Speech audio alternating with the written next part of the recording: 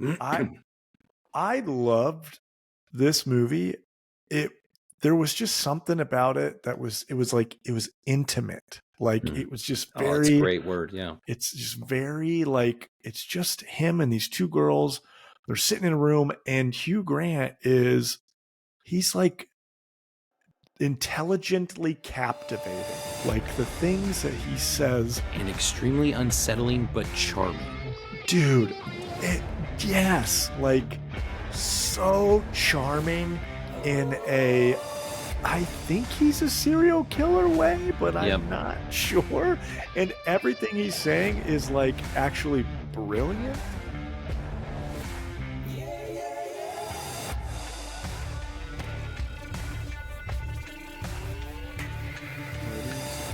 Welcome back to the Movie Dads Podcast. We're your hosts. I'm Howie. I'm Kyle. That is Kyle. Kyle, we're back for episode number 65. Movie Dads Podcast. 65 episodes? 65. It can now collect Social Security. I don't know. I think it's 66 and a half now, isn't it? It just keeps getting further away. We'll start getting AARP mail. So we're just getting so old. We can retire. Episode 65, big premiere movie of the week, the 2024 American psychological horror film, The Heretic, which was something that, like, super low budget movie, not a lot of people knew about, but you and I both saw the first trailer. We're like, ooh, A24, Hugh Grant looks creepy and weird. Let's do it. Yeah, bring it on. Yeah. It like kind of snuck up on me. It felt kind of like, as we talked about on the day of it, felt like Barbarian from last year. We're like, what is this? But it looks so good. So I'm excited to talk about it. We went and saw it together. So we had some initial thoughts on it, and then but now that I've kind of processed it, and really like to excited to talk about it. That is a great word. Processing. To describe. I'm processing this movie happening between seeing it and now talking about it. There's a lot. There's a lot happening. And then there's really not. Anyway, we'll get to that when we get to it. And just like any other big premiere movie of the week, we'll give into non-spoilery stuff, give a spoiler warning before we dive into details. So anybody that hasn't seen it or doesn't want to be spoiled, they can skip ahead to the end. So. But if you're watching this on YouTube, please click the like and subscribe. Get the bell so you can know when new episodes come out. Please click that. Leave us some comments. We'd love to hear what you have to say. If you're not watching us on YouTube, hopefully you're listening to us on many podcast networks such as Spotify, Apple, Amazon Audible, and iHeartRadio. You can also see some of our short clips and videos on social media at Movie Dads Pod on Instagram, Facebook, and TikTok. We're Movie Dads. We've got Movie Kids. Not a ton this week. More of the same that I talked about last week. Dez and his woeful basketball team with the YMCA lost Saturday 26-6. I believe the score was more like 40-6. Dez did not score all the points this time, which is good. I will say these kids are making progress. There it is. They are getting better. It's about why sports is about that.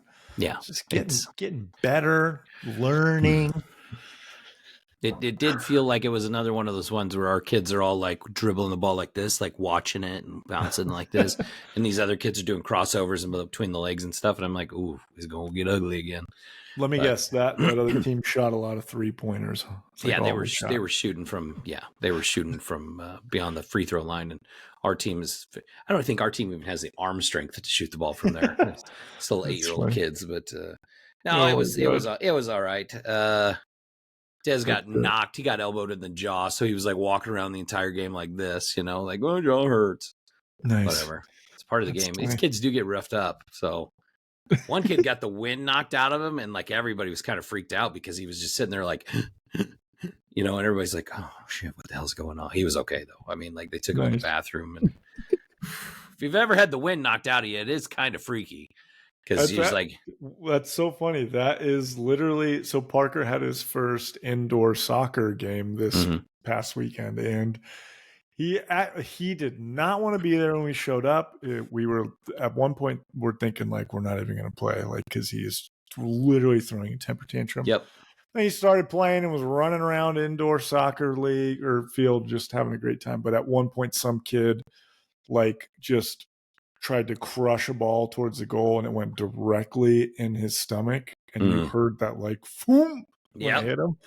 And he's like, we immediately were like, oh, you're okay. And you could tell he looked at us, and then he tried to like act like, okay, they say I'm okay. And then as he was walking, he just kind of crumbled down of like, I need a minute. Yeah. So, but he's a trooper. He walked it off and got back in, and he almost scored a couple of goals. He just missed a couple.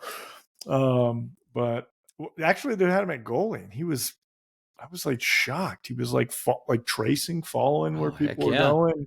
That's great. Stepping up and starting out. Yeah, just like kept like reaching back and was holding like the goal so he knew where he was. It was like, who is this kid? That's really good. Wow. Yeah. So he had a couple great deflections, and then he did give up a goal, but it was a bit of confusion. He basically he thought his own teammate was like passing the ball, and that like someone was going to grab it, so he kind of got out of the way. So he thought like his teammate was getting it. It just slowly rolled. Everyone was like, whoops. But anyways, it was fun. He had a great time. That was pretty much the extent of our week of anything interesting or where we've went. We had actually a birthday party I went to. There's a mall down the road called the Oakview Mall that is literally it's like a time capsule from the 80s that still exists. Like, it looks straight out of Stranger Things, like the mall from Stranger Things, except it's very empty. There's a lot of stores that have closed down. Yeah, right. But it's like the old, like the neon signs and the tile and stuff. But we went there for a birthday party for the kids, and they actually have like this indoor giant, like, obstacle course play area, discovery zone type vibe. It's just padded everything. It's basically like the McDonald's playgrounds that they used to have back in the day. Dating ourselves. They still have those, just not here. Yeah, I don't think I've ever seen one. If you go to Des Moines, like every McDonald's has one in Des Moines. Yeah, where I grew up, every McDonald's had a playground. But anyways, this place had basically that, but on like ultra steroids. So it was cool. But I stumbled upon a store in there that I texted you about. It's called the Neon Sign Store. Very original. Yeah, creative. But a ton of nerd like stuff. What do they sell? And they sell neon signs. No way. But they sell it, like their whole shtick is like man cave stuff. So like movie posters, comic nerd stuff. So like I was nerding out. There's a ton of stuff in there that I think you and I would love. So, yeah. Anyways, that was pretty much the extent of what we did this week. That was the excitement of leaving the house, and the rest is pretty normal. Yeah, not a ton this week. I mean, talked about Dez's basketball game. Reagan had wrestling again. She had one match on Monday, and she pinned the gal in like 10 seconds. So it was good. Yeah, just dominating. She was it was great too, because like it started at 3:45. She was the second match, so like she started at 3:52. And by 3:54, I was out the door. Like I was there less than 10 minutes, and I was like, "Well, see ya." God, love that. Yeah, it was great. She's like, "Yeah, I don't have anybody else to wrestle." I'm like, "Okay." Do we run it back? do we just run it back and do best 2 out of 3? Or... We're good. Yeah, exactly. So she got to stay and watch some of her friends, but I was like, "Come on, Des, let's go." He's like, "Yes." He didn't want to stay. He didn't want to watch that. So it was good. Funny. Yeah, nice. Sweet. Love that. Well, that I guess leads us into my most excited segment, our 6 to midnight. This is the part of the show where we talk about the things that get us up in the morning this week for nerd stuff, nerd news, new comic books, new movie trailers, new movie castings, those types of things. So lot of things to unpack this week. Lots of stuff. And just to stay on on brand. I feel like every single episode, I have some type of Batman related thing. Do. And I feel like every episode you have some type of Marvel thing. So I do. I think we are probably by episode 65 we can officially, like, you're our Marvel representative and I am our DC representative. It's totally fair. But the Penguin finale just dropped this weekend, and I won't give spoilers, but I am seething with anger from the show in like the show was so good kind of way. You ended up watching it? Yes, I started it late because I watched that amazing Sunday night football game, but so I started it late because I watched the football game first, then I watched it. So Kyle was obviously watching the Penguin every week, and I kind of like watched the first episode, and then I basically had to catch up last week on everything because October has been pretty busy. But boy, it's a hell of a show. So good. It's so good. And I have such a hard time grasping that that's Colin Farrell when I watch the show. He is so transformed in that character. It's wild. And we're going to talk a little bit about that at the end of this episode too. Foreshadowing.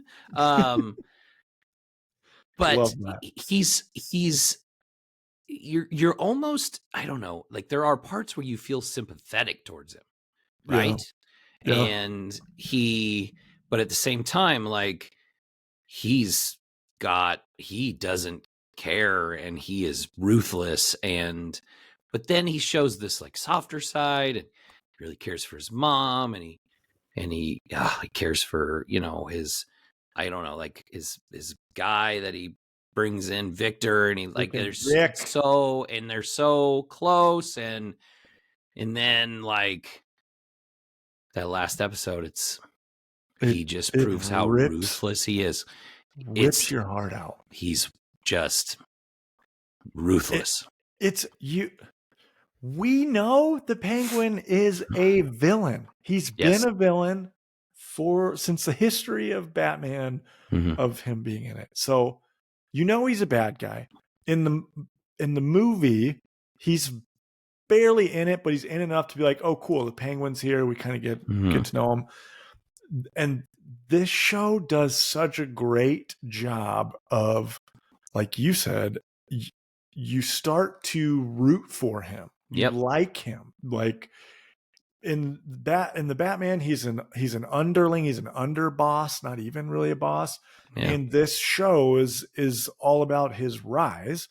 And like through that, there's a lot of themes of like, like the people who get overlooked in organizations, and in this case, like the underworld in these criminal organizations. Like he's just a driver at one point and slowly just clawed his way up. It's like you find out early on that he had brothers and grew up, and that they died, and it's very clear that that is an emotional weight on him that he's sad about. And then like, or is he? The more the show goes on, the more you root for him, but then there more things happen where you're like, wait, what? And then by the time you get to the end, you're like, they did such a great job of making me hate him. Like I loved him for the whole thing, and then at the very end, when the big twist happened, I immediately want him. I want Batman to destroy his face multiple times. So anyways, it's awesome. But at the same time, and again, we're not kind of divulging into it, but at the same time, like his mind, like the reason he did what he did made sense. Yeah. And it's crazy. There's some scenes like as you're watching the season, I mean, even a few episodes back, like there's a scene where he doesn't hesitate to like light some people on fire, and I'm just like, I'm not going to say who because it's a big part of the story, and you're just like, he just damn, twice, he just boom, just like it's wild, and he's so good. And one of the things, like when I'm watching it, I'm like, I enjoy this so much because it's like real adult Batman content. Yeah. You know, like I know Dark Knight Rises, like those are darker, and even 89 and Returns are darker, and they feel like they're adult, but at the same time, they're still not. This is adult Batman content, even though Batman's not in it. So the Penguin is a Batman related character set in Gotham City, Batman's world. But one of the things I think I loved so much about this is that Batman is not in it at all. And I know usually we talk about like doing content about villains without, you know, the superhero, or it's not interesting. This is how you do it. Yes. Because you could, there are lots of people that have watched the show that aren't Batman fans. Right. And this is just, it's a super gritty crime drama that is like an HBO show quality. Like, well, it is. It is an HBO obviously show. It is, but I think people just think like, oh, it's Batman, it's on Max. Like this is up there, and it's deservedly so. You could watch this, have no interest in Batman. You could have not watched The Batman, Matt Reeves' The Batman, and you would still understand everything that's going on and be interested and connected to characters. Yeah. Man, it's a ton of fun. It's worth a watch. It's only 8 episodes. It kind of set everything up from what Matt Reeves said for the Batman 2. So like we've got just this wicked awesome character now that I'm hoping will be a big part of that. There was some rumors that they were going to do some other like spin-off HBO Max shows of villains, specifically the Joker. Yeah. But I saw that was debunked, I think, from Matt Reeves. I was like, that's not true. But they could. Sure. Two things just real quick before we wrap up, because I know we talked about Penguin already for like 7 minutes, but what you said about, I was already going to say, like, we complain about these standalones that have nothing to do with the main character and how annoying it is. Like when we talk about Venom and like all these freaking Spider-Man spinoff movies, totally agree with that. But this Batman's an established character in this world already. Like we know he's He's mentioned in the show. He's just not there. Like I think that helps because it's different. Like this isn't the large scale operation that Batman gets involved with. And he probably would by the end of this because of like some of what happens, but you know, at the same time, like I understand why he's not in it. So I think that's different. And then listen, there's been a ton. I've heard different podcasters and I've heard different people say this, and the comparison is true. This is like watching The Sopranos in Gotham City. Like the Penguin and Tony Soprano, their parallels there's a lot of parallels. And so if you kind of like that Goodfellas, Sopranos kind of deal, this actually is it's a great show. There's no superhero stuff. This is a crime mafioso story 100%. So it's worth the watch. Totally.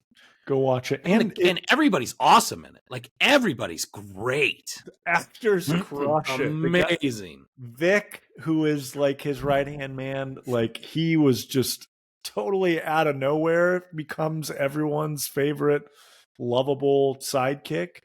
The one last thing, because I know we need to move on, but the thing that I thought that I liked a lot about this show is it made the Batman, the movie, better in that it unpacks or lets, because in the movie it's very tight for time. There's stuff you can't dive into, but in this show it really gives you kind of the breadth of how much damage that the Riddler did when he basically flooded the city, and how much of a big deal it was, how many people died, how it it's affected kind of different areas of the city, completely changed the city. And so this show just it takes place like immediately, like a week after the movie. So it's awesome. Go watch it.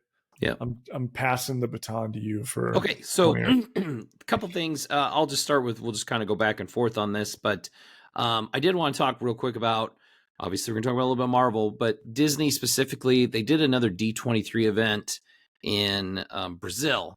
So we Nice. knew things were going to come out of that. There were rumors we were going to get some trailers for some movies and whatnot, which we did. So first off, we got a new trailer for Captain America: Brave New World. We get the full Red Hulk transformation kind of deal with Harrison Ford. I think it looks cool. The only thing I'm concerned with is it feels very Winter Soldier to me by watching the trailers. Like, Yeah. and obviously that's kind of the upper echelon of Marvel movies. I think you agree with, like, that's probably one of the one. If it's not the best, it's one of the best.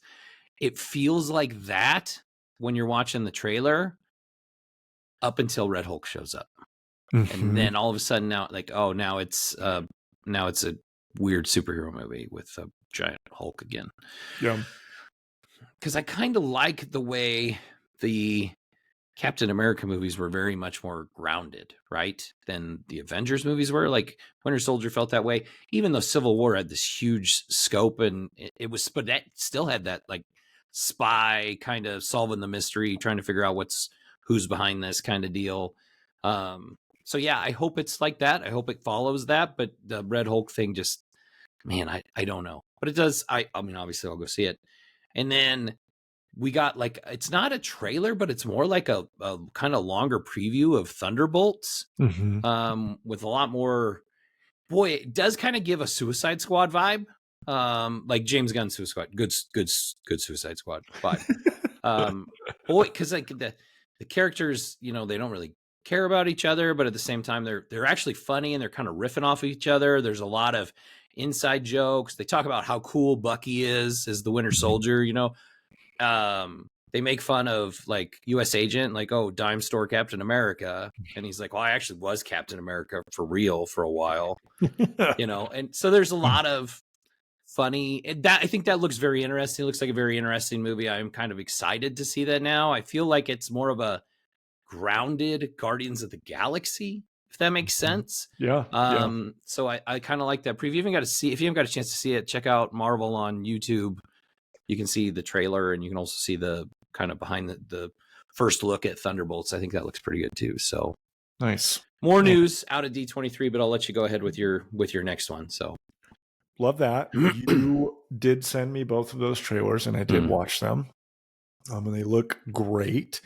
Reminded me, I don't think we had it on our list, but just reminded me that the new trailer for Mission Impossible just dropped yesterday. Yeah, looks great. The Final Reckoning. It's like Fast and the Furious, but, like, good, and I want to see it.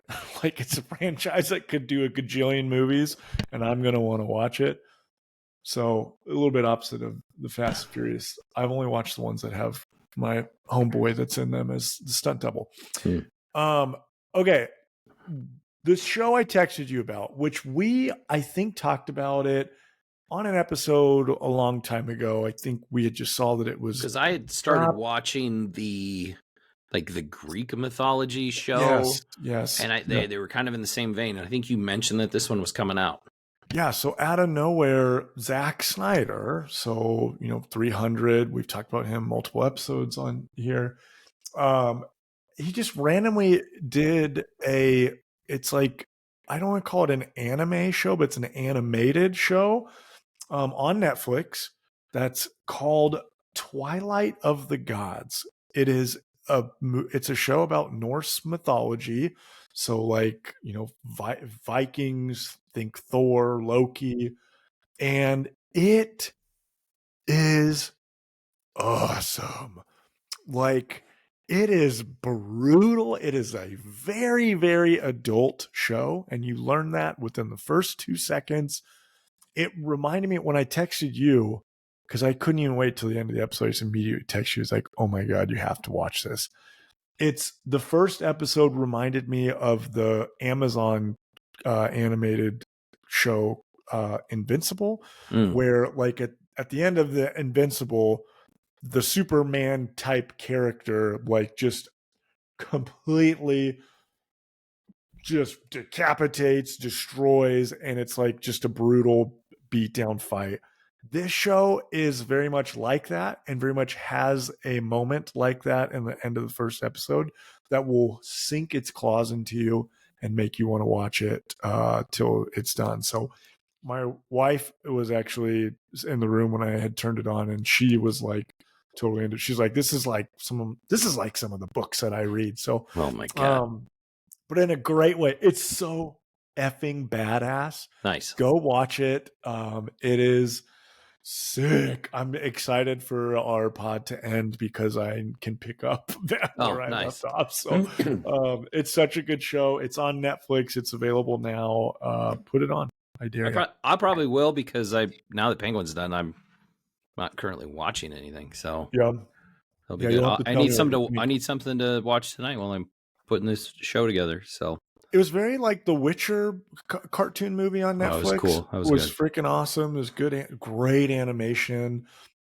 I think the people who did Klaus are the ones that did the animation for this. Nice. So it kind of has that vibe. So anyways, what you got?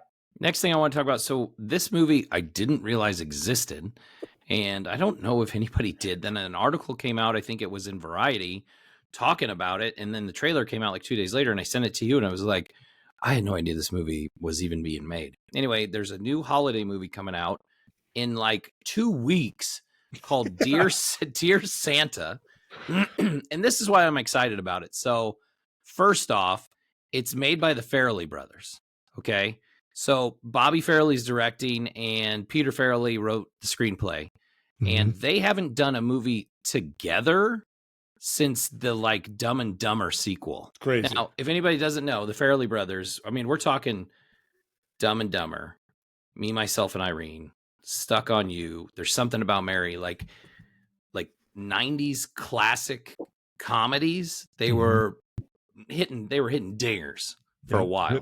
Hitting dingers. All I do is hit dingers. But anyway, so Dear Santa, it's basically about a kid who's really nice, good kid, can't spell for shit, sends a letter to Santa, but he ends up putting Dear Satan on the letter, which is hilarious. It's going to piss off a lot of Christian groups. But he sends the letter, and Jack Black is the devil. He's Satan, and he gets the letter, and so he decides he's going to come up and like grant the kid wishes. There's even jokes where he's like, he's not Robin Williams' genie, but he's going to grant wishes, and then he gets a soul after he grants them all. But yeah, listen, Jack Black is with like a crazy Santa suit with demon horns. Sign me up.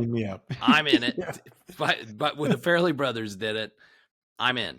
So November 25th, Paramount Plus. It's on streaming. It's not even a theatrical release. If you need a new Christmas movie this year, that might be the one to check out, because I think it's probably going to be hilarious. I hope it is. I hope it's good. So. It looks good.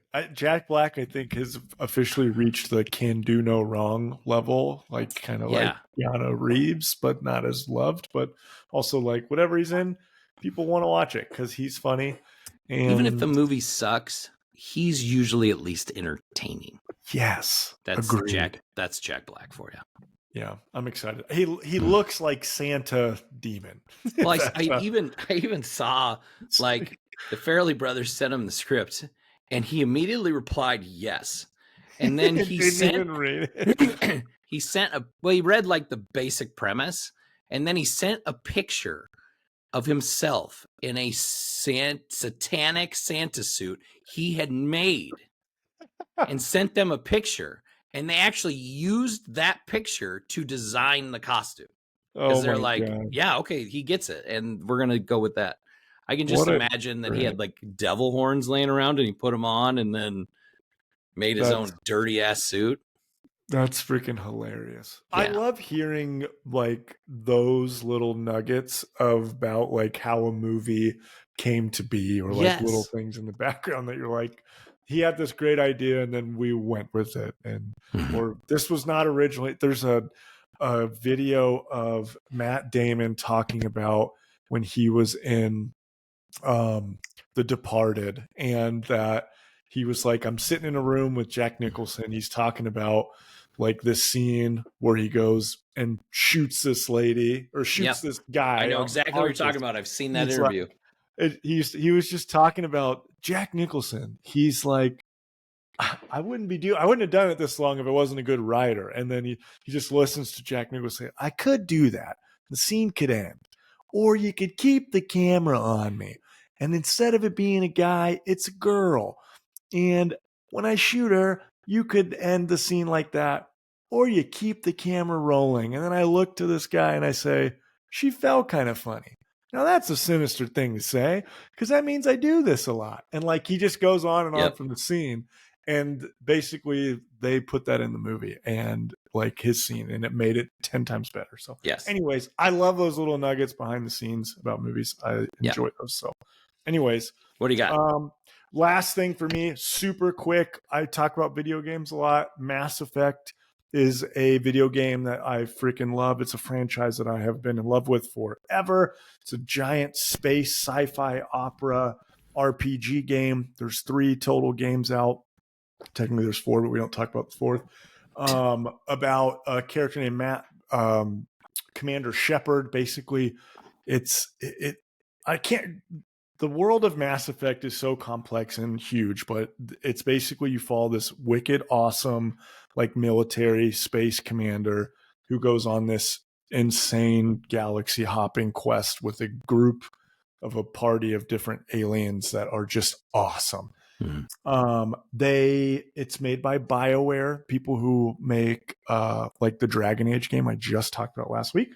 But it was announced that they are doing an Amazon show. So we're getting a live action Mass Effect TV show, which was out of nowhere.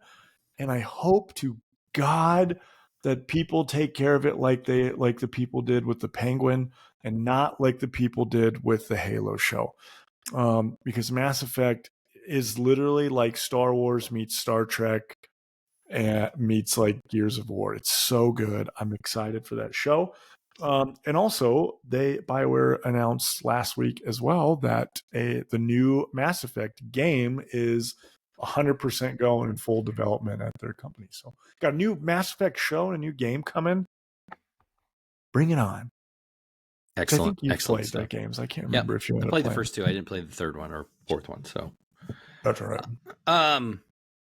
Last thing, and this is kind of big news. This also came out of D23 Brazil.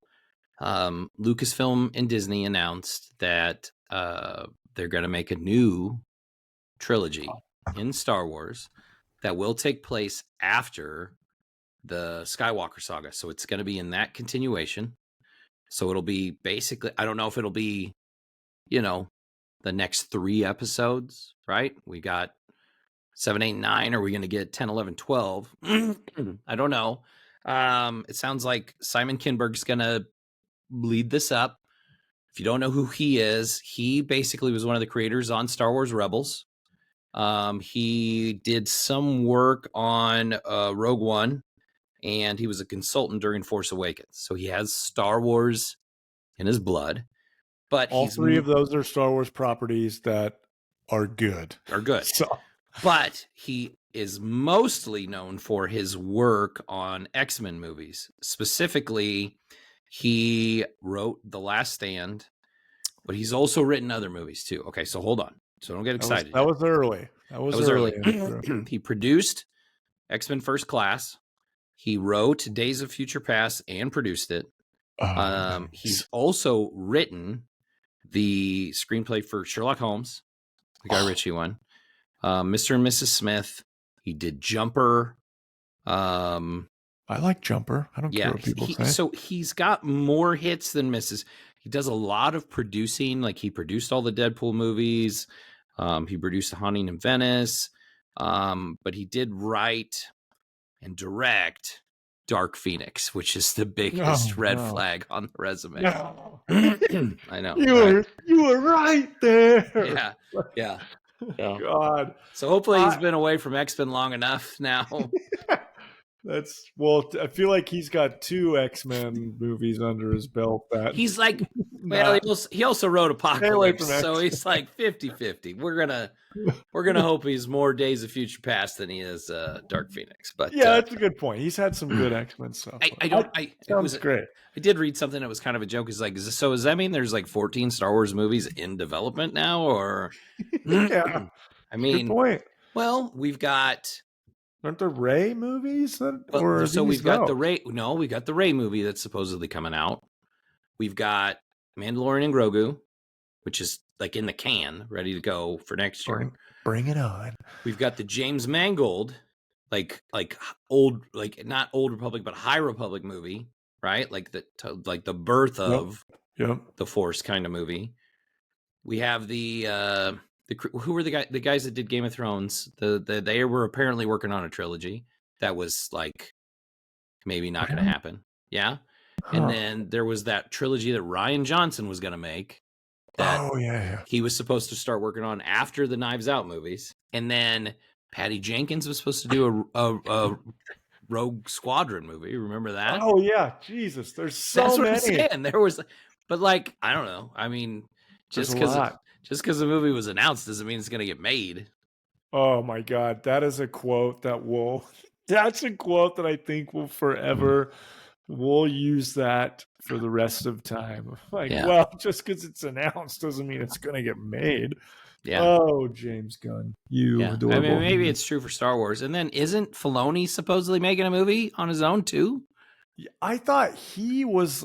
I think he's like the overseer of all of it. Yeah, but I thought they were going to like write and direct a movie. I thought he was. He was doing the Grogu movie. No, that's Favreau's doing that one. Oh, that's okay. That's why I thought Filoni was writing and directing his own Star Wars movie too. I thought he was doing the main new trilogy. Like, dude, I have no idea what's going on.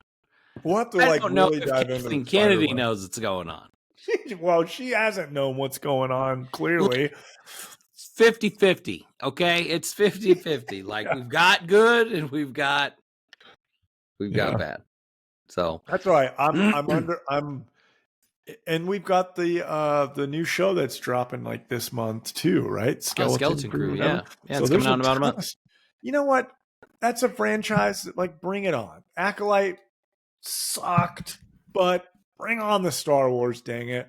I hope that we get this. I hope this trilogy is Jedi related. The one good thing, and I think you and I both agree this was the issue with the last trilogy, is they've got one guy that's doing the whole trilogy, and that's the way it needs to be.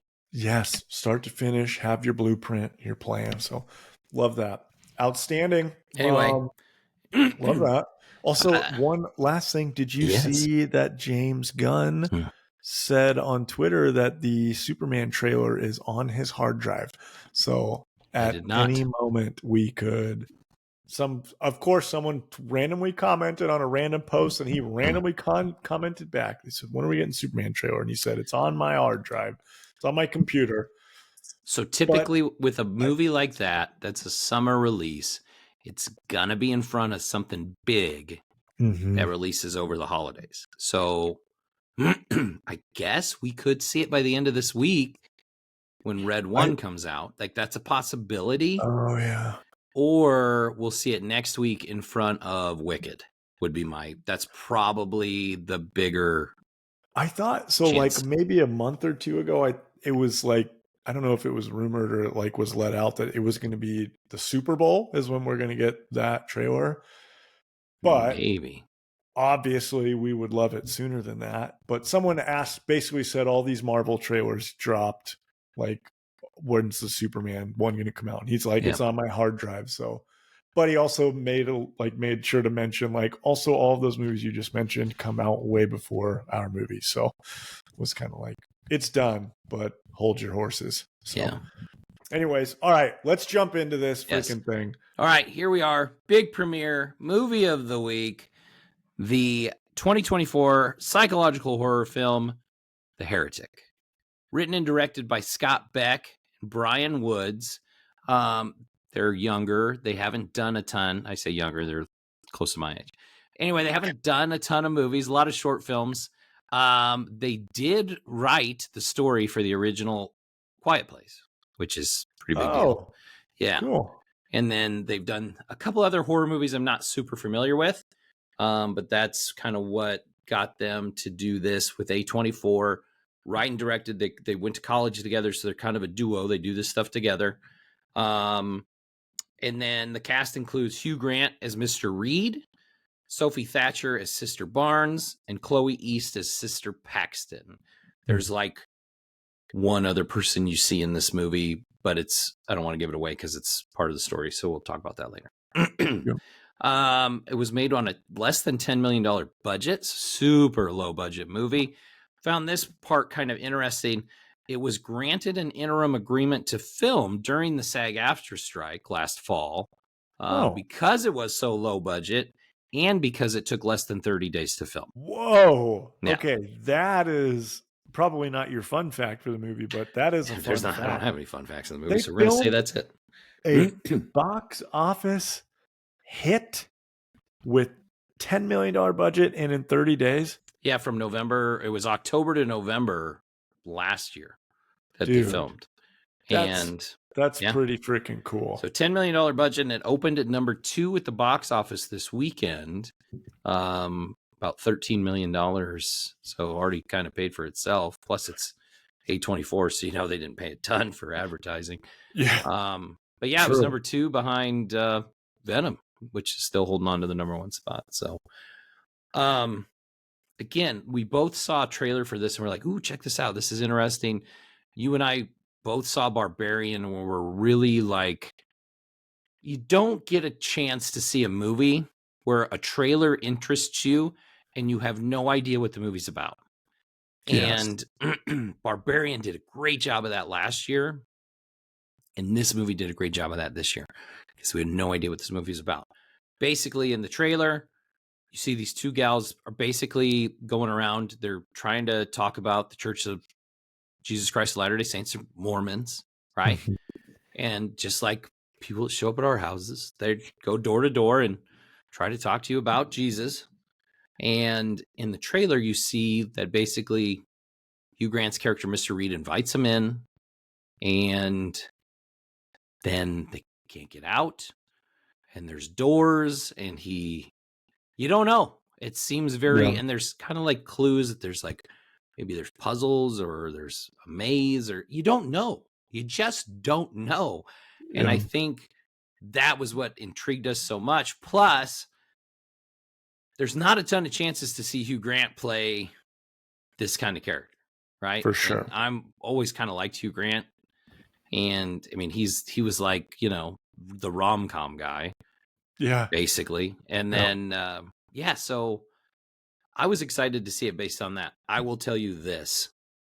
It played out kind of like I thought it was going to in my head on what I thought the movie was going to be about. There were things that happened that I didn't see coming. I thought it was very well made. He's great. The 2 girls are great. The tension's palpable watching this movie.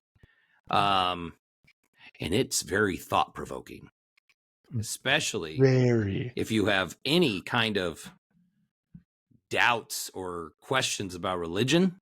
This movie really is thought-provoking in that. I can see where people will have issues with the movie based on that too. I haven't heard a ton, and maybe that's because it's a smaller film that we won't hear a ton on that, but lots of thoughts.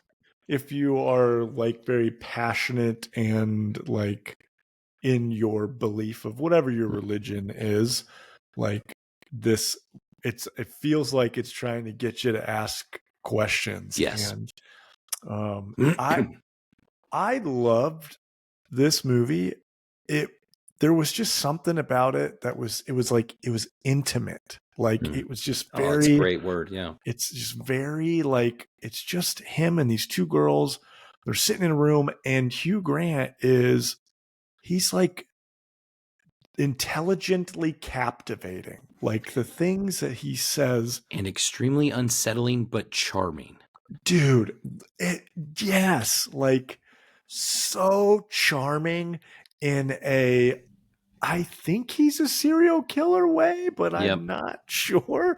And everything he's saying is like actually brilliant Mm-hmm. and making me question so many things in my head about life and things that have happened in general. So um it was it was like I said, it was intimate, but also kind of like you said, kind of at the edge of your seat. I felt like I was leaning forward the whole movie, like trying to hear or get to the next, like what's going to happen now, who's going to say what choice are they going to make, what kind of weird thing is he doing here? Like it was great Mm-hmm. and just delightfully, surprisingly good. Agreed. I felt very much the same way. I will tell you this: if psychological thriller, edge of your seat, but slow burn kind of Mm, movie is your cup of tea, there's not like a bunch of jump scares. It's not that kind of movie. There's a couple, but nothing, nothing like that's the whole movie where it's yeah. like cheap scares. It's very much like you're high tension watching this, waiting for what's going to happen next. Yes. If Yeah. that spikes your interest, I would say go see this, like very much so. And I always, like we always try to say, like support these lower budget independent kind of. It's not independent, it's A24, but like $10 million. It's low budget. These are guys that haven't made a ton of movies, and this movie rocks. So I Yeah, would say go see for it. sure. Yeah, absolutely. This is a theater movie. Go see it in theater. Mm-hmm. Like, I think that's, or if you're going to watch it at home, make sure you're paying attention. The lights are off. Mm-hmm. Um, yeah, go see it. Gotta Yeah. see it. Yeah. So spoiler warning. Spoiler warning. Get Get out. out. Get. Yeah. Lots to unpack with this movie. Lots. I mean, my daughter had lots of thoughts about this movie. She obviously Reagan went and saw it with us. She's somebody too that's at a very young, impressionable age. And is very, you know, undecided when it comes to religion. Like she's Mm-hmm. tried different churches, she's gone to different youth groups, things like that. Like she believes in God and she wants to be religious, but she wants to find the right religion too. Mm-hmm. And then this was like kind of she had a lot of questions after this, and so Yeah. I was like, oh, let me help you try to navigate through some of this. But Yeah. yeah, it was wow. I was like, man, I want to see it a second time, and I want to like I want to hear more. I want to watch it during the day, Yeah. like where I'm like I can sit and I'm wide awake and I can focus and yeah, just a lot, and I really enjoyed it. Yes. It was, like you said, there was, it'll make you ask a lot of questions about, oh, is that really like the way Yeah. he just dives into like basically a salesman pitch about all religions and pointing out what was first and where they got it from and how Mhm. everything is essentially from the same place, the same spiel that's been given for hundreds of years. I loved just the way this movie was shot. It was really well done. It's um very claustrophobic. yes, it feels like you're in this room and that Yes. you can't get out. You're in this um tiny little house that apparently is huge, yes, and there, but it feels very tiny. You feel like you're very in a very small room. yeah, just this like unassuming tiny little cottage, Mhm. like that's a little bit ways out of town in the woods. It's like up on a cliff, right? Like it's kind of Yes, it's like on a big hill, yeah. which is what they kind of explain is potentially why they have more, why the house is more than it seems. Which, Yeah. like this movie, the entire time it feels like in your head you're like, don't do that, don't go in there, or don't go there, and they just continue to do things that you're like, don't do that. But I also understand why, because you feel like you really can't. The the buildup of before everyone in the room like agrees and is open of what is happening, like of yes, I am great, I am, you are not getting out of here and I'm going to have you guys do stuff. Like the build up to that where they're trying to be like polite in this house and they're like, well, we're not supposed to go in unless like your wife is present. Like, can we see her? And he's like, oh yeah, like come on in and sit down. I'll go grab her. She's baking a pie. And then then they come and you're like, you clearly are like, don't go in, and everything in anyone's He's a head would say, liar. don't do it. Yeah. But there's Hugh Grant is so charming Yes. and so like I believe everything you're saying. Even me, for the first couple of minutes we're in that room, I thought like, maybe he does, maybe his wife is there. Like maybe there's more that we didn't see in the trailer. Well, yeah, because you didn't really know. Yeah, so it just did such a great job of that, of like, oh my God, what's going on? And then when they finally figure out that they are not leaving, that's when like the dread sets in. So So let's kind of get through the premise of the movie, and I can't really say it's basic because it's not a basic premise. There's a lot. And then because I kind of want to see kind of how you interpreted certain things now that you've thought about it and whatnot. So get through the first part. It starts off pretty quick with them going to his house they basically have a list of a few names that they're going to visit, about talking about the church, people that might have been interested in joining the church. It shows a little bit about them, kind of more personal, like how they feel about, boys and like, how much God loves them and things like that. And they talk a little bit about that while they're traveling.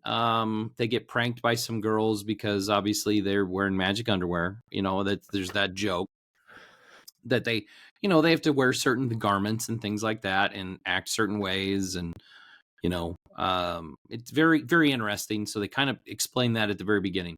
So they go to Mr. Reed's house, and like you said, they end up going inside because he's like, oh, my wife's making a pie. Come on in, we'll sit and talk. And they sit down, and do you get this sense that something's not right? Like it's almost like even the way when he leaves the room and you hear his footsteps and everything sounds heavy.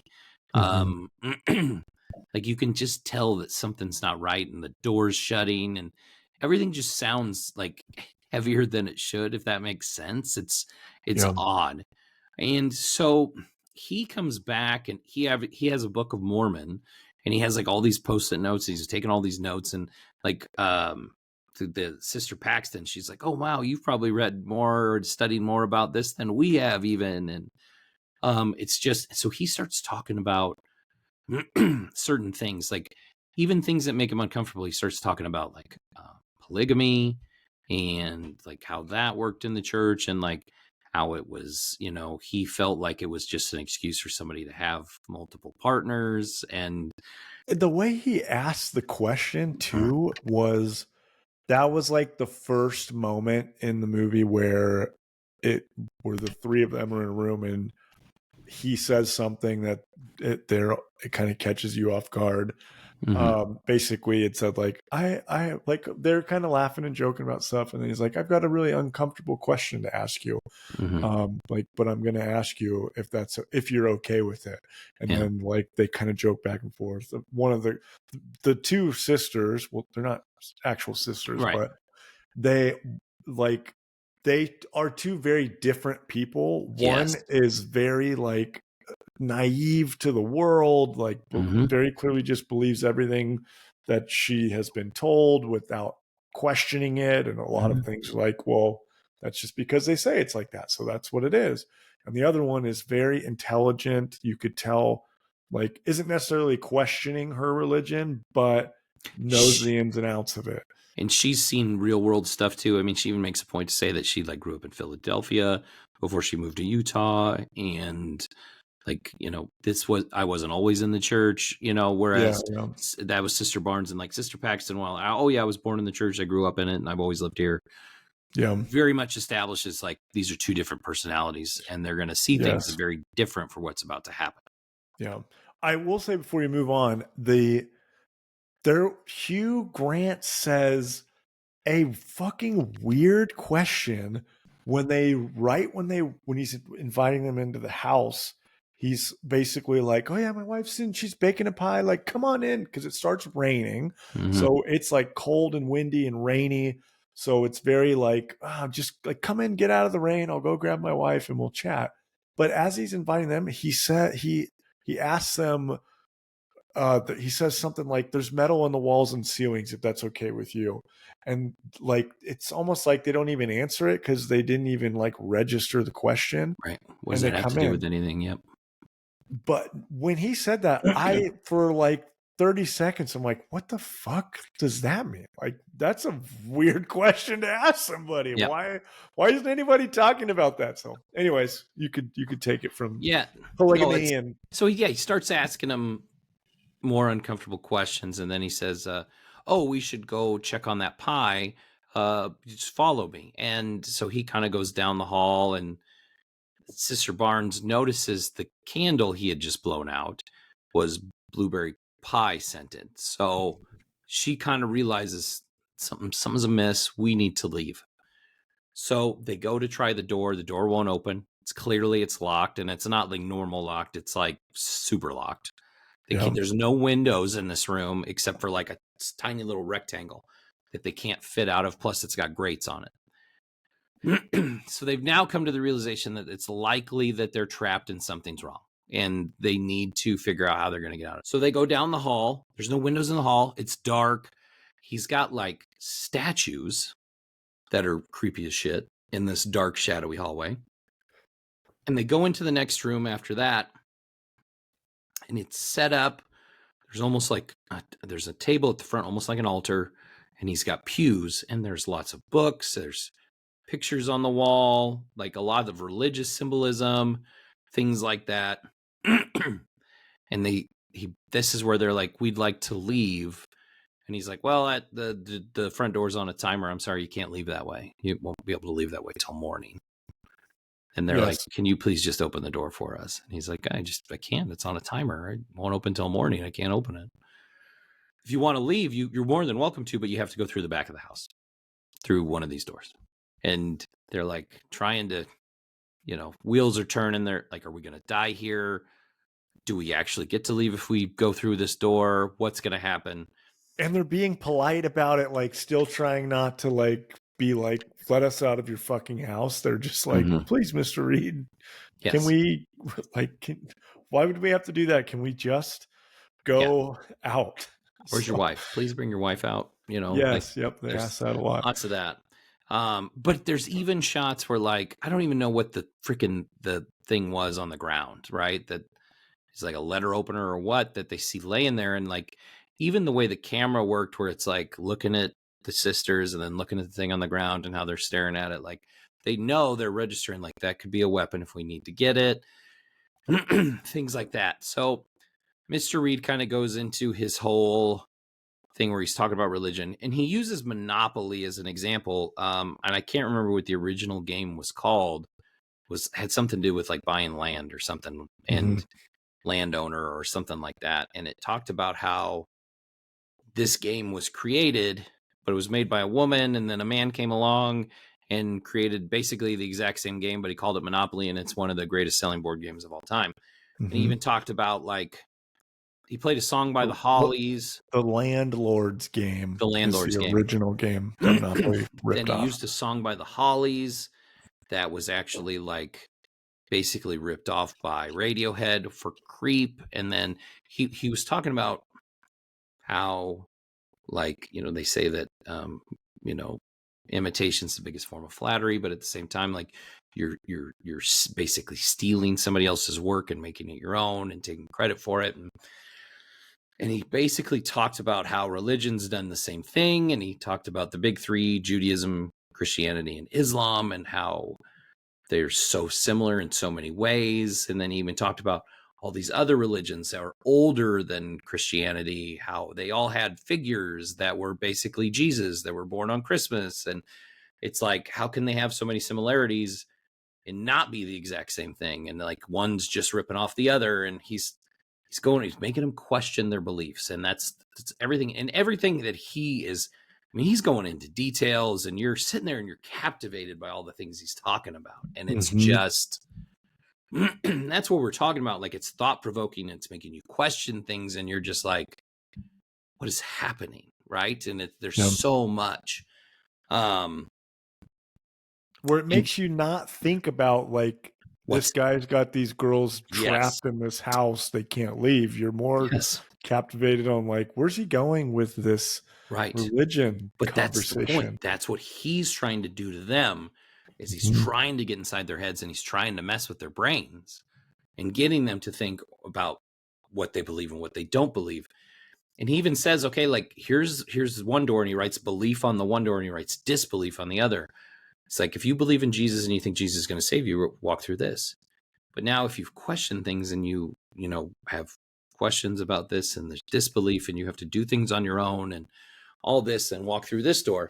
And Sister Paxton, the naive ones, like, he wants us to go through the disbelief door. Like, Mhm. that's what he wants to hear. We're going to do it. Like, we have questions now. And Sister Barnes at the same time is like, no, we're going to stick with what we believe.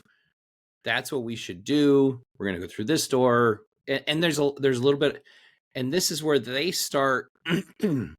They're not disagreeing with one another, but at the same time, they're having different thoughts about how they need to handle the situation. Mhm. Mhm. And again, that's based on their experience.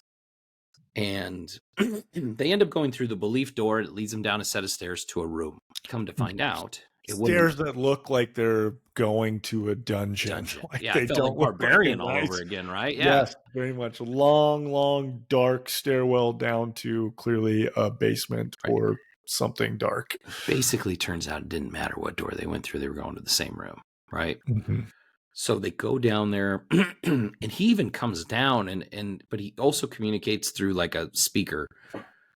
But he basically says that there's a prophet. He's got a prophet, and you jump in at any point if you want to add to any of this, but there's a prophet down there. She shows up with a pie, a blueberry pie, and you're like, okay, is this the wife? Like, who is this? Yes. Okay. So in that moment, so at this point, it's just Mr. Reed and these two girls. They're in this house. He's trapped them. It's very clear he's crazy and weird. Crazy. He had very clearly lied about his wife. So you're thinking there's no one in this place, and he's about to trap and kill these girls. Well, they're down in this dungeon, or dark, wet, like just dirty, muddy floor. It's gross.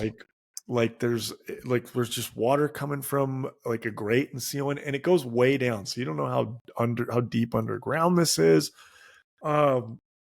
But the second that all of a sudden you hear someone like shuffling and like kind of feels like Jacob Marley from from the Christmas Carol, like this ghost just slowly walking up. It's a woman in like a white veil and just destroyed clothes, and she's got a lamp like hanging on her arm, and she's got a pie in her hand, and she just like slowly drags her feet. The second she walked in, I was like, "Oh my god, who the fuck is this?" Yeah, and She's terrifying. Like, hell. why? Like, and the two girls didn't have any reaction of like get way back and get away. Like, what the fuck? They were like, "Who is this and what is happening?" I like, if it were me in that situation, I would fucking be like trying to get as far away as possible from this ghostly looking grudge girl. But yeah, when she came in and dropped the pie on the table, I'm like, what is going on? So Yeah, so they took the letter opener or whatever it was, right? And they decided like they're going to have a code word if things go south and they need to like attack him. Magic underwear is the code word, right? Like so they have that, and he said the prophet's going to eat the pie. This is a prophet of God. I found a real prophet. She's going to eat this pie that's full of poison. She's going to die, and she's going to come back to life, right? And like, you will see that I found the one true religion. I'm proving to you that this exists. And she eats the pie. She dies, basically. Like, they check her vitals, which is a gross, creepy scene. yeah, he makes them check her vitals. Like, go up to this. Grab her She head. looks like a freaking zombie. She already looks like a dead body. Like, so them having to like pick her head up out of this disgusting pie and feel her pulse was just like, oh, that's so uncomfortable. Yeah. So she comes back to life, and he's like, see, I prove it. She's she's coming back to life. Like, this is real. And he comes downstairs, and I can't remember exactly what happens that triggers it. You can jump in, but like they decide now's the time to attack, right? Yes. So they check his pulse. Then they hear, like, I can't remember if they hear the actual doorbell or an alarm. Right. And they sprint up the stairs to basically see, like, they know that somebody this from the church is coming to try and find them. So they're going through where they knew these girls were going to be. Yes, and they knew that at some point probably the church was going to come looking for them. And his address, this Mr. Reed, was one of the things they had listed. Right. That's where they were going. So Venom somebody shows knew. up at the door. Yeah, fucking old Topher freaking Grace. Nat It's 70s so show random. shows up. Yes, So which random. both, I think all of us just kind of out loud were like, is that Topher Grace? Topher fucking Grace? Yes. So he shows up, and Mr. Reed clearly has like, oh fuck, like I gotta go talk my way out of this and leave. So they sprint up the stair to try to see if they can get out, see if they can, that they had known that there was a box of matches that had fallen onto the rug right outside the door. So like they were trying to pull this rug over to them so they can grab these matches and maybe burn their way out. Originally they tried screaming so that the person at the door could hear them. But then when it's clear that Topher Grace is leaving and that Mr. Reed has sent him away and he's coming back to the room, they sprint back downstairs. And when they come downstairs, she looks over at the dead body of the prophet, and one of the sisters is like, she's not, like, she's moved, like she's in a different place than she was. And it's just kind of brushed off of like, no, like you're crazy. Like there's a lot going on right now. So yeah. And then at that point they try, the prophet does come back to life and whispers something, or is talking out loud, whispers it to the sisters. Basically describes the afterlife. Yes. It's telling them what she saw on the other side. And then she leaves. She goes back upstairs and goes into clearly another dungeon room. So you were like, what the fuck is going on? They are kind of like, okay, anyways, we've got these matches. Let's burn our way out of here. So they're trying to burn the pipe to start smoke. I don't really know what they were thinking about with the matches and how they're going to burn it. Everything was wet, muddy, and concrete. So I don't really know what they were thinking with the box matches, but Mr. Reed then comes down to ask them questions about what they thought, because of the one true religion that he has found, which is he has found a way, found a way to, about the afterlife, and that the afterlife isn't real, but the prophets are able to basically die, see what the afterlife is like, and then come back and share what that is. So he thinks he has the answers basically to life. And it kind of gets off the rails at that point. Like from there is when it starts to get crazy. Yeah. So they decide they're going to, so one of the girls, I can't even remember which one, says magic underwear. And just as they're about to do something, he stabs Sister Barnes. They cut her throat with a box cutter. And it was so quick and so like, oh my God. Because they were just in the middle of this, and the whole movie, they're having these back and forth, like trying to one up each other with intelligence and questions. She had just got done saying like, no, what she described as the afterlife is what people hallucinate when they have near-death experience. Like that's the textbook answer. And he does that to her neck with like microphones. Yeah. And so he cuts her throat. And I think, doesn't the prophet disappear too? Like they can't figure out where she went. Like she's just gone. Yeah, she went. I can't remember if they watched her. No. Like she goes up and goes into like a room, but then she disappears, and they don't know where she goes. Yeah. Right. Yeah.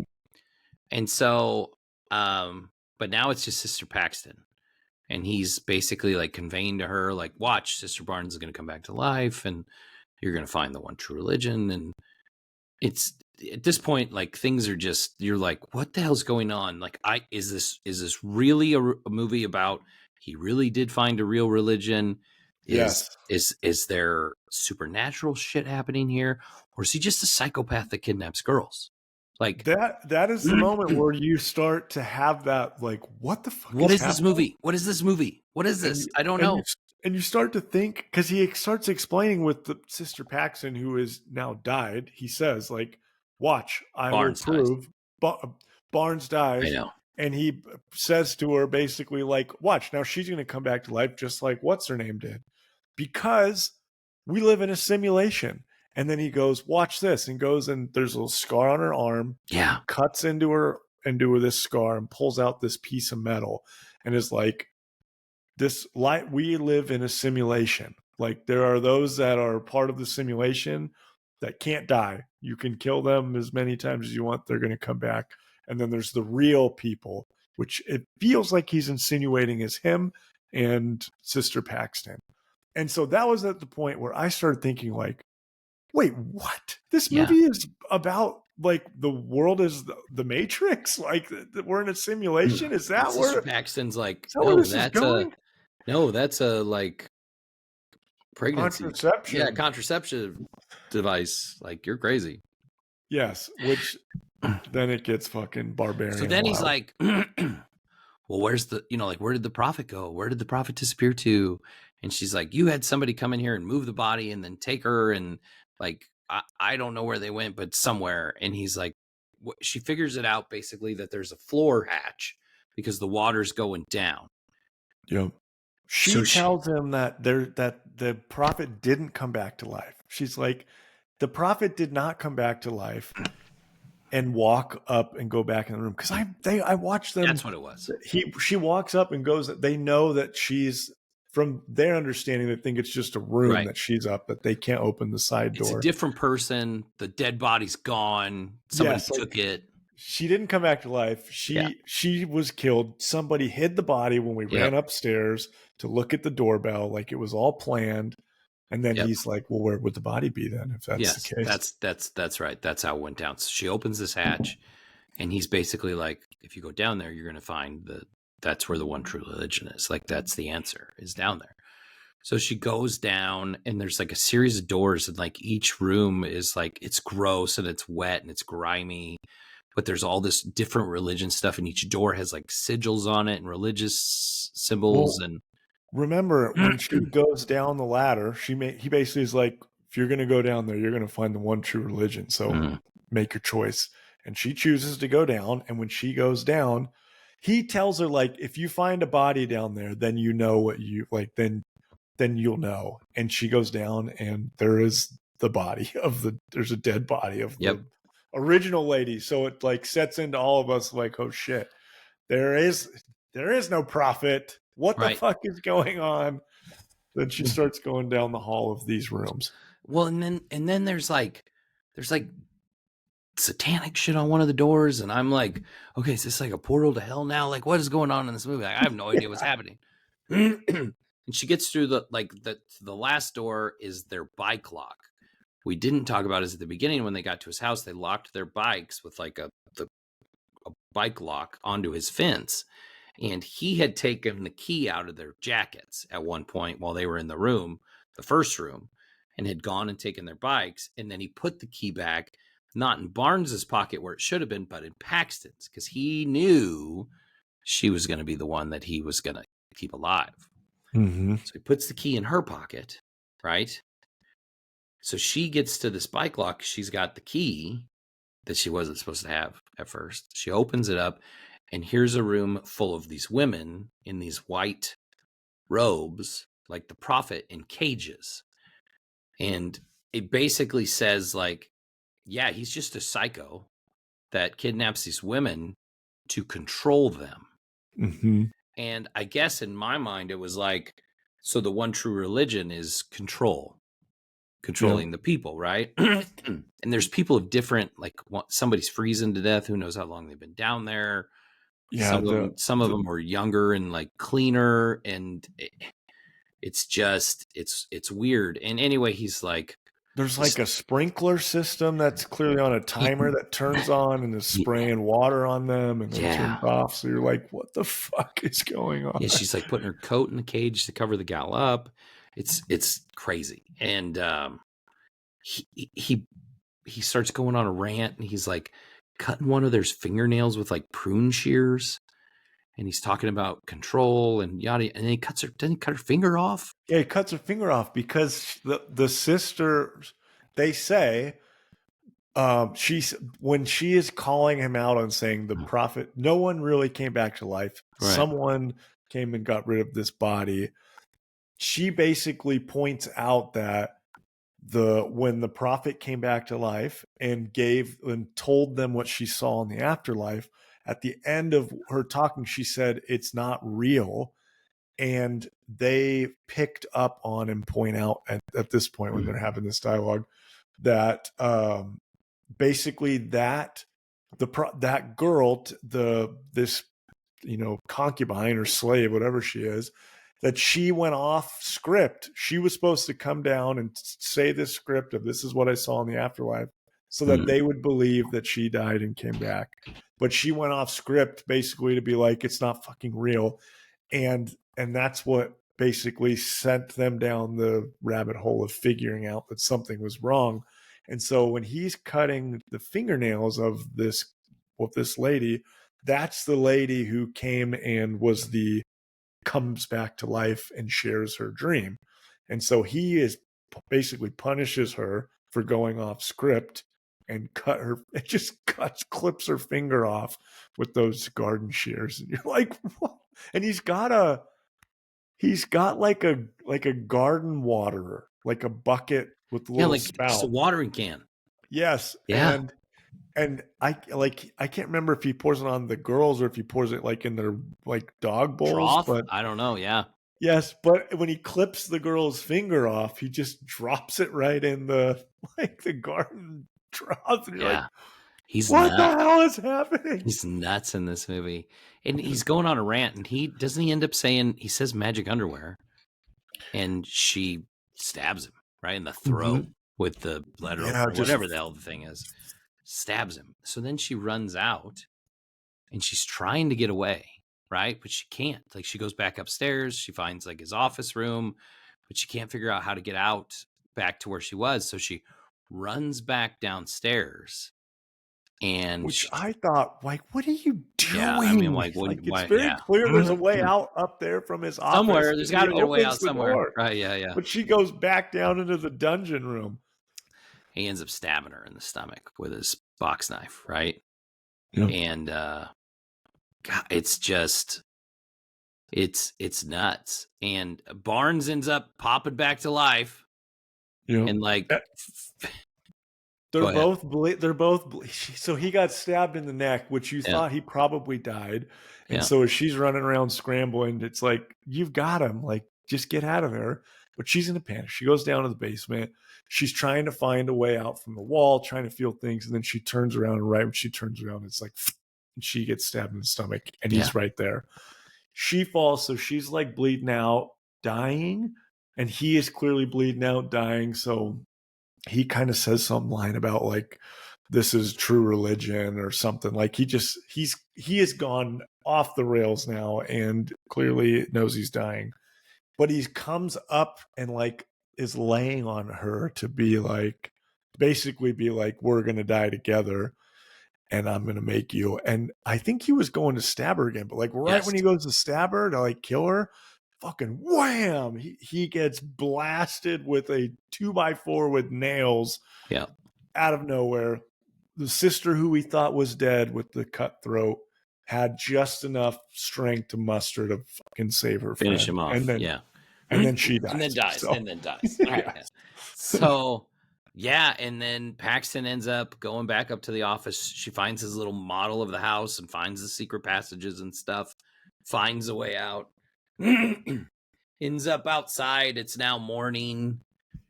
She's like in the grass, like, her cell phone's going to have service now because of the metal walls. Yeah. And a butterfly lands on her hand. And she had said something like, if she dies, she'd hoped she had come back. as a butterfly, and she would land on the fingers of her friends, so they knew it was her.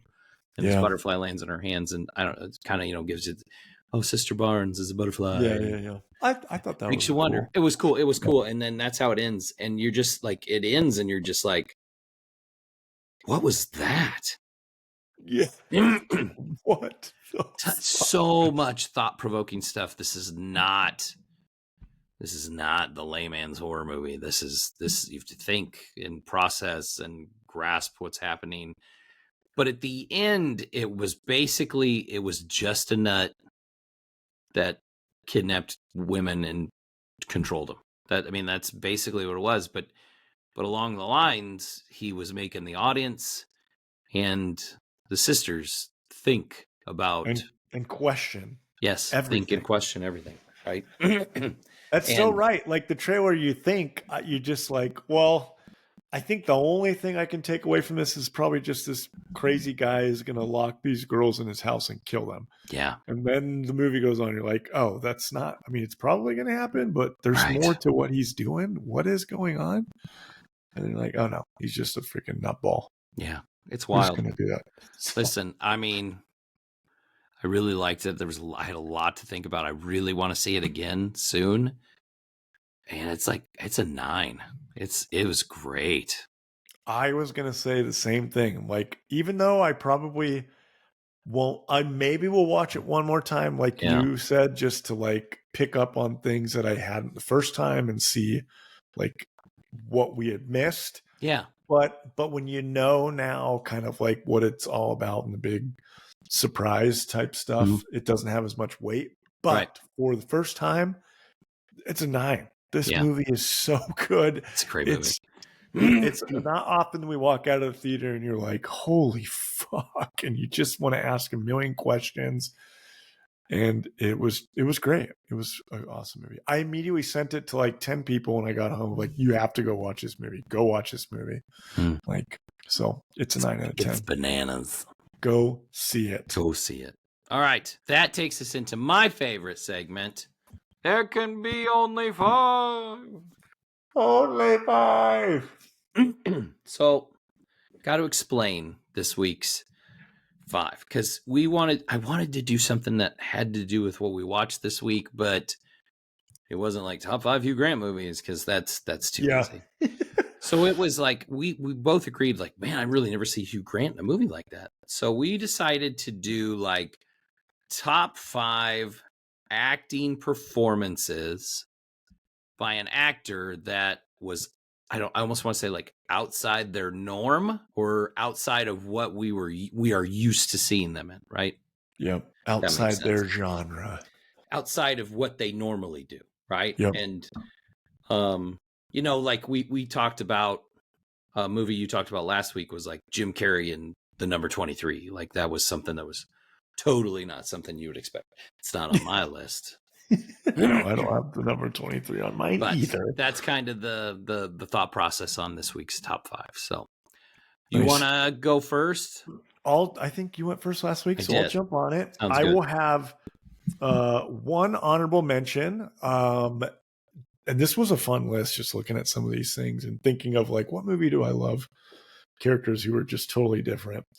Not anywhere near like the Hugh Grant level of like a tour de force of acting, but a movie that just totally blew me away with the way he took this character was Les Grossman in Tropic Thunder, Tom Cruise, when he's that like fat agent who's just like F-bombing people on the phone. I was so taken aback by Tom Cruise being hilarious because that is so not his thing. So that was my honorable mention.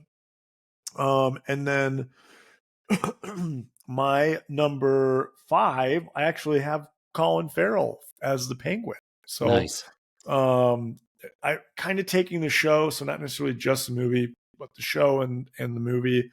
Like I don't know, like I know Colin Farrell has done serious movies before, but like this was just so, like you said, you don't even realize that it's him. Well, the prosthetics, like that, it doesn't look anything like him either.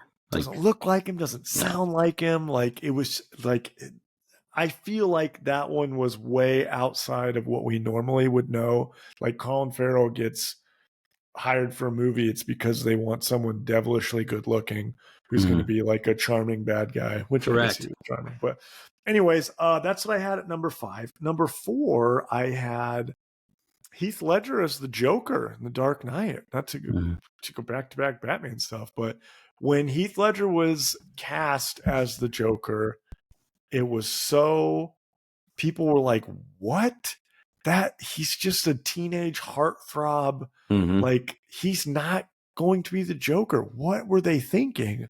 And then the trailer came out, and everyone was like, "Oh my god, this is insane. He looks like now so I want to great." see it. And then the movie came out. We want to see the movie. And then the movie came out. Now people talk about that as one of the greatest villains in a movie of all time.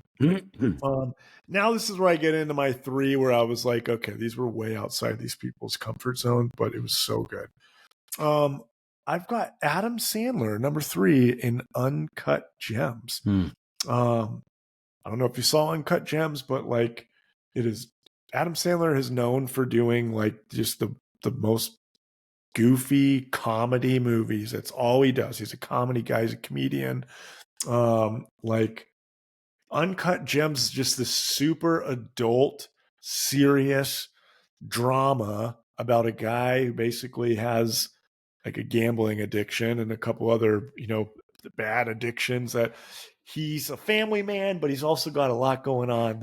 It's constantly getting scarier and more adult as the movie goes on, and just has like an epically tragic ending. It's such a good movie. I fucking loved Uncut Gems, which I think is an A24 movie as well. I think so. But Adam Sandler being a comedian and go into this extremely serious role was like, what the fuck? And then number 2, this is a movie that I don't think people really remember or even know that he did this movie, but Will Ferrell in the movie Stranger Than Fiction. Like Stranger Than Fiction, it's about a guy who can hear like a narrator in his life, which you think, okay, that's a normal comedy. Will Ferrell's a comedy guy, but basically like all of a sudden he hears out loud like a narrator explaining what he's doing and like how his day is going. Harold Crick is going to put his tie on like he normally does every day and go to work. But then as he's kind of like, what the fuck is going on? He's hearing this voice as he's getting ready and going to work. And then as he's getting on the bus, the narrator says something like, little did he know that he would, like, he has 1 week left to live. And so then he's like, what? And it's like this serious movie of him trying to basically find out why he's going to die. And he's very serious in the movie. It's not like a total comedy. And for whatever reason, I thought that was like so out of his norm because he was being like a serious character. And normally he's just a wild goofball. Number 2, Will Ferrell, Stranger Than Fiction. And then number 1, Jim Carrey in The Truman Show. At the time, he was nothing but a comedy guy. And then The Truman Show came out, and it's like, who is this incredibly powerful actor that's usually doing weird voices and impressions and just crush it in that movie? So number 1 for me, Jim Carrey in The Truman Show, for just being completely outside of his comfort zone. I assume we have completely different lists, but I'm interested and excited to hear yours. So, I at one point had a couple of those on my list, and then they got moved off. So we did have. Oh, nice. So we have one that's the same. Nice. Okay. So we have Bring one it that's on. the same. Okay. So here's my list. I did have an honorable mention because, and this isn't somebody that does a ton of movies, but I put Monique on my honorable mention list. Monique's a stand-up comedian, and she ends up playing Precious's mom in the movie Precious. If you ever saw Precious. Yes. And she's horrible in that movie and acts her ass off, and she won a freaking Oscar for the performance. This gal does stand-up comedy, and they cast her in this movie as Precious's mom, and she won an Oscar for it and it was so outside of what you were. I mean, like that's like a stand-up comedian going and then just making this huge dramatic, like horrible person role and like winning an award for it. So I had that as an honorable mention because it's not it's not one of those movies you watch like more than once. But man, what a performance by her. All right, so here's my top 5. At number 5, I had Heath Ledger is the Joker. Oh, nice. All the things you said were dead on. Like it was a role that like everybody 10 Things I Hate About You, and that's who he is. And obviously he had done Brokeback Mountain. And that was like a big serious role, and he got nominated for an Oscar for it. And then, but it was like, yeah, that's one thing, but being a villain, you know, the Joker, maybe the most iconic villain. Yeah, like that's totally different. So that's what I had. I had him at number 5. At number 4, I had Denzel Washington in Training Day. Oh, nice. We can all agree Denzel Washington can act his ass off. Very dramatic roles. Training Day was something entirely different. Like back then, like you didn't see that kind of villain role from Denzel. Like I don't have a problem seeing Denzel as a villain, but that was something different. Like this King Kong ain't got nothing on me. That was wild. And he deserved the Oscar he won for it because it was insane how good he was in that role. And it was so different from anything you'd ever seen him do before. It was wild. Nice. So I had that there. Speaking of Denzel, did you see he did an interview for Gladiator 2 and he started talking about retirement? Oh, just a little tidbit in there, but he said, I'm going to do Othello and I'm going to do Hannibal. He's going to play Hannibal, like the general. And then he's really going in these old. Yeah, and then he said, "Oh, and Ryan Coogler wrote a part for me in Black Panther 3. I'm going to do that too before I retire." Oh shit, I didn't see that. I know, and then everybody was like, "Well, first off, hold up. We're getting a Black Panther 3." Nobody said Black Panther 3 is being made. Nobody said Coogler was coming back to do it either. Oh, and Denzel's going to be in it? So hold on a second. You know. So he said that news came out today actually. So I did not see that. That's awesome. Interesting. So okay, so at number 3, I had Woody Harrelson in Natural Born Killers. Oh, nice. Like, love that. The only thing Woody was known for at that point was Cheers. Yeah. Like the bumbling bartender, idiot, goofball. And now he's a serial killer that like blows people's heads off. And that's a wild movie on its own. Yeah. He's crazy in that movie. So I had Woody Harrelson at number 3. Nice. And number 2, I had Robin Williams for 2 movies that came out in the same year, Insomnia and 1 Hour Photo. Both came out the same year.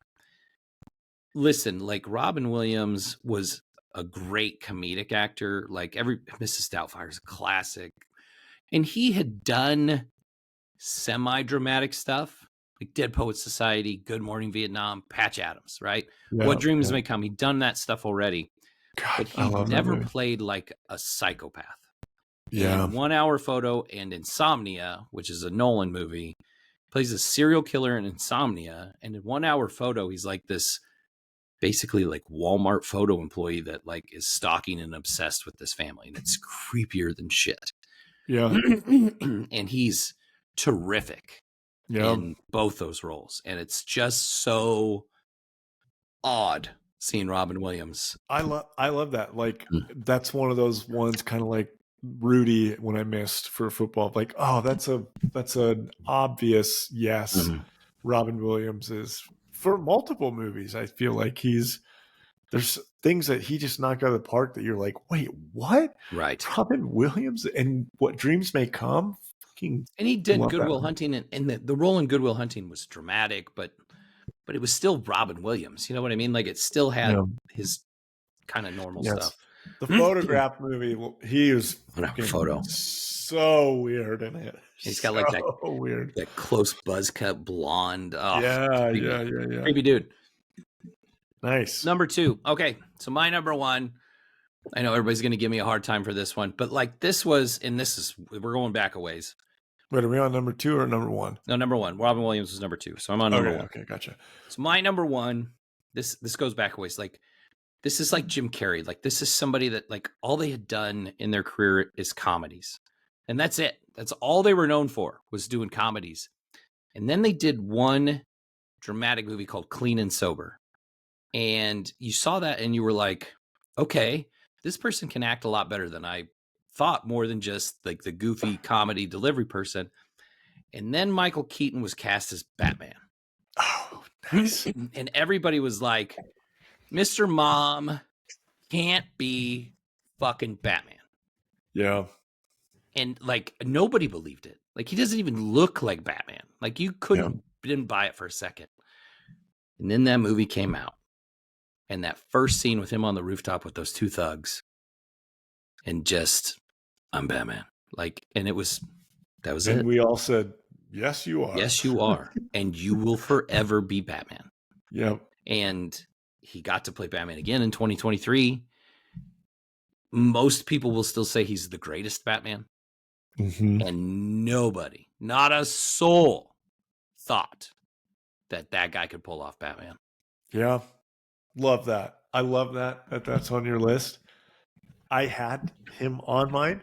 I had moved him off because I was like, I got too many Batman characters on this already.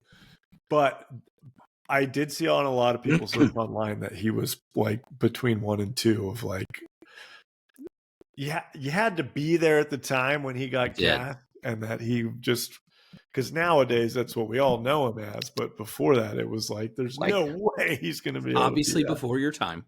Yeah, I wasn't alive, so. But I was a kid, and I remember like I thought Mr. Mom was hilarious. Like and I was a kid, but it was like some of his lines just, where he's his wife's boss comes over and he's like, "You want a beer?" And he's like, "It's 7:30 in the morning." He's like, "Scotch?"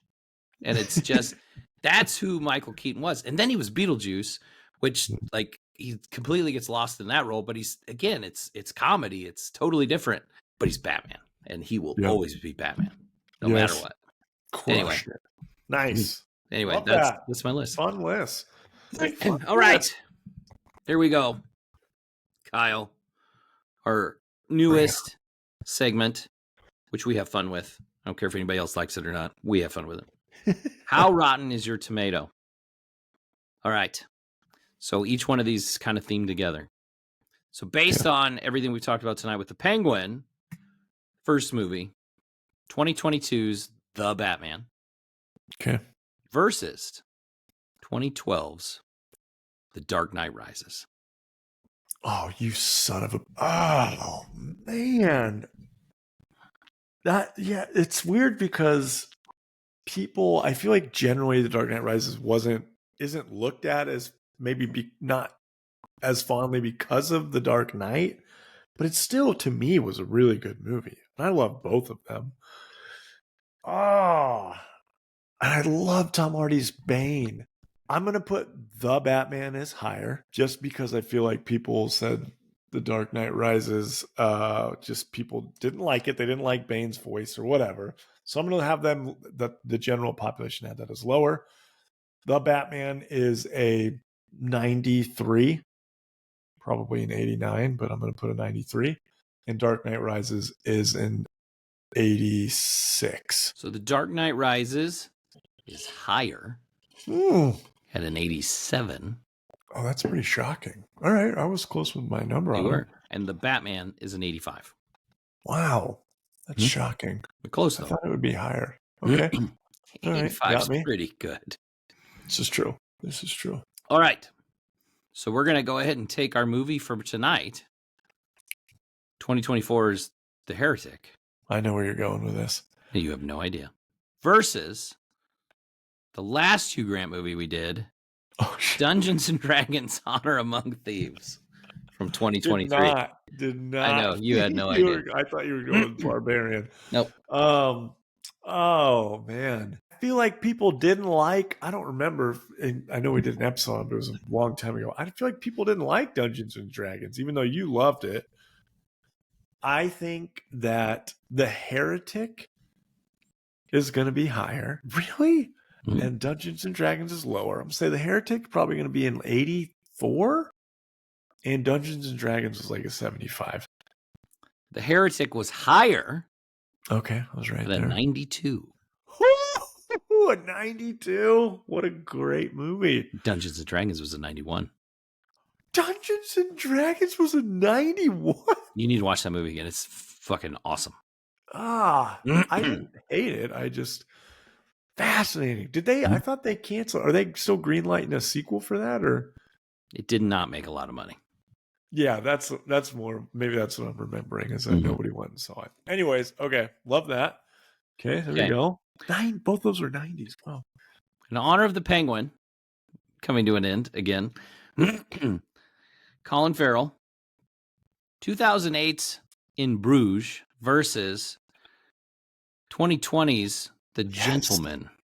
Oh, I thought I thought you were gonna do the Banshees.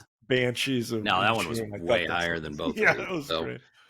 I have never seen In Bruges, which I think we've talked about. That I've not seen that. God, I forgot. We talked about that. But I already know that The Gentleman was way higher because it's awesome. That's like one of my top 15 favorite movies. Mm-hmm. His character in it is funny. He's not necessarily the best, but I'm going to give The Gentleman an 83. Higher. In Bruges, I'm going to give a 79. I don't know anything about how it did. I swore we've talked about it. I didn't realize it was because we talked about it because you hadn't seen it. That's okay. The Gentleman is lower. Boo. At a 75. At a 75. In Bruges is an 84. Oh, you just wanted to point out a movie you love and bash a movie that I love. That's what you did that. I like The Gentleman. I think it's a great movie. Oh, speaking of which, it's a Guy Ritchie. Guy Ritchie, yeah. Right. Yep. So Guy Ritchie's Ministry of Ungentlemanly Warfare from 2024 versus Guy Ritchie's Snatch from 2001.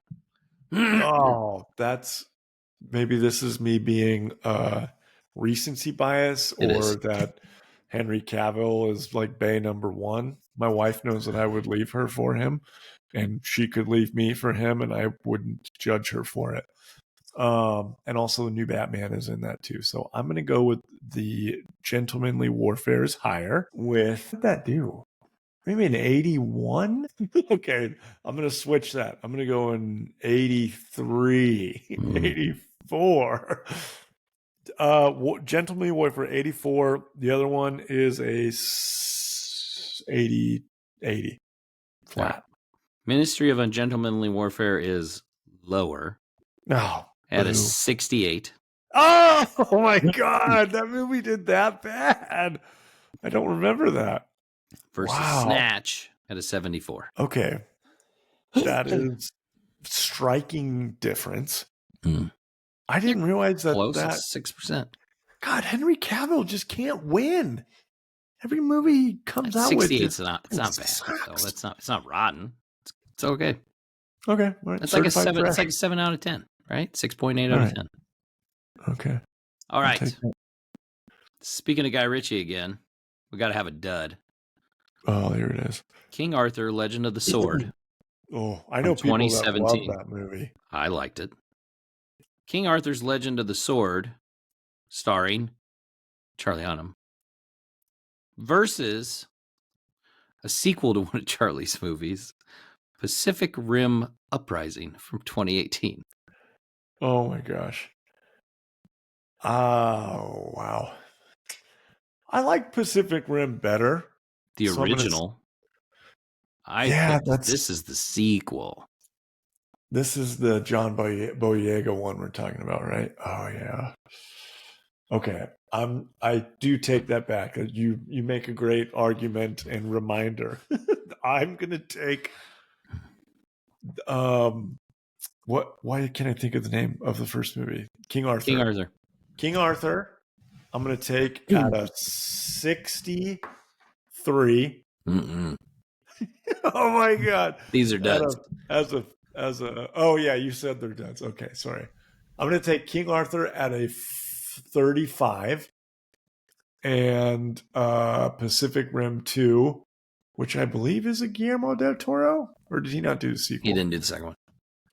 That's probably why. Is going to be a 20. Pacific Rim Uprising is higher Oh, at a 42.